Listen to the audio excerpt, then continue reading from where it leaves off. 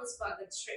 શ્રી રામનવમીની પૂર્વ સંધ્યાએ વડોદરાના સંવેદનશીલ વિસ્તારોમાં નવા પોલીસ કમિશનર દ્વારા ફૂટ માર્ચ યોજાઈ। શ્રી રામનવમીના તહેવાર નિમિત્તે વડોદરા શહેર પોલીસ કમિશનર દ્વારા સંવેદનશીલ વિસ્તારોમાં રિહર્સલ કરવામાં આવ્યું, જેમાં વડોદરા શહેર DCP crime branch, PCB crime branch, SOG crime બ્રાન્ચના અધિકારીઓ સાથે તમામ સ્ટાફને સાથે રાખીને ચાર્જ સંભાળતા નવા પોલીસ કમિશનર નરસિમ્હા કોમરે સંવેદનશીલ વિસ્તારોમાં કોઈ અનિચ્છનીય બનાવ ન બને તે હેતુસર પેટ્રોલિંગની કામગીરી હાથ ધરી હતી અને શ્રી રામનવમીની શોભાયાત્રા દરમિયાન ચુસ્ત પોલીસ બંદોબસ્ત પણ ગોઠવી દેવામાં આવશે તેમ જણાવ્યું હતું।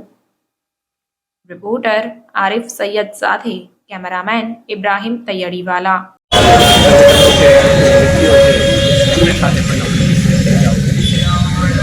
એકબીજાના રોલ રિસ્પોન્સિબિલિટી અંગે સ્પષ્ટ અંડરસ્ટેન્ડિંગ સાથે આપણે આવતીકાલે જે શોભાયાત્રાઓ નીકળશે નિર્ધારિત રૂટ ઉપર નિર્ધારિત સમય નીકળશે અને આપણા એક ધાર્મિક ત્યોહારની જે true spirit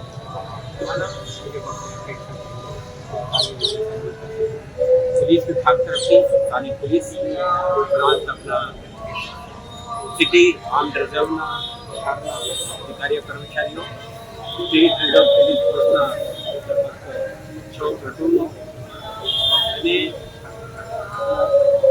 crime branch special operations group PCB એવા એકમોના પણ ટીમ તૈનાત રહેશે। સાધન સામગ્રીઓ, લોજિસ્ટિક સપોર્ટ, ટેકનોલોજીકલ ટૂલ્સ આ બધા પણ આપણે શાંતિ વ્યવસ્થા જળવાઈ રાખવા માટે જે કંઈ પરિબળો જોઈએ આ પણ આપણે તૈયારી સાથે આવતીકાલે તૈનાત રહીશું। સમગ્ર કાર્યક્રમ કરનાર આયોજકો છે અને પોલીસ તમામના સહકાર સંકલન સાથે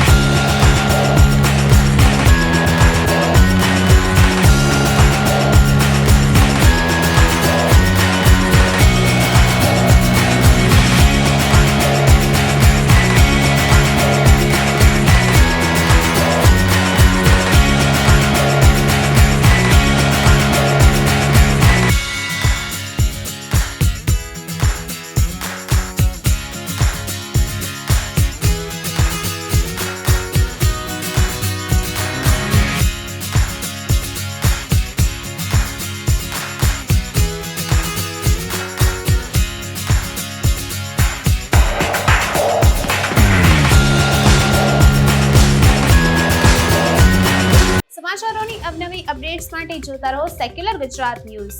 સાથે સેક્યુલર ગુજરાત ન્યૂઝ ચેનલને લાઇક, શેર અને સબસ્ક્રાઇબ કરો અને બેલ આઇકોન દબાવીને સમાચારોની ઝડપી માહિતી મેળવો।